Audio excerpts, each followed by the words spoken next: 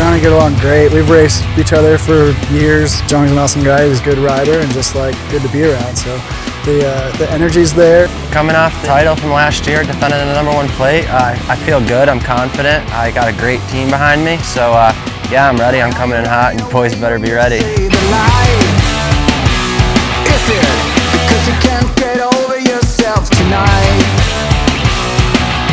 Really happy with like how I was riding towards the end of the year. Just want to bring that momentum into the beginning of this year.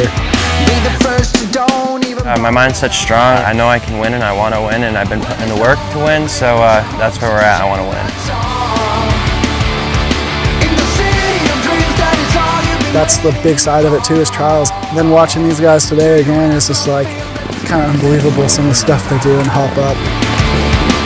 We're all just really close friends and we've grown up together. I've known Josh since he was born, and Daniel and I have known each other at least 10 years. And we've all grown up together, doing things since we were kids. We've also been friends for a really long time, so it helps in the pits to have a lot of smiles and a lot of good times, really. Hopping on a GASGAS, we're able to use some more resources and test the bike to really fine-tune it.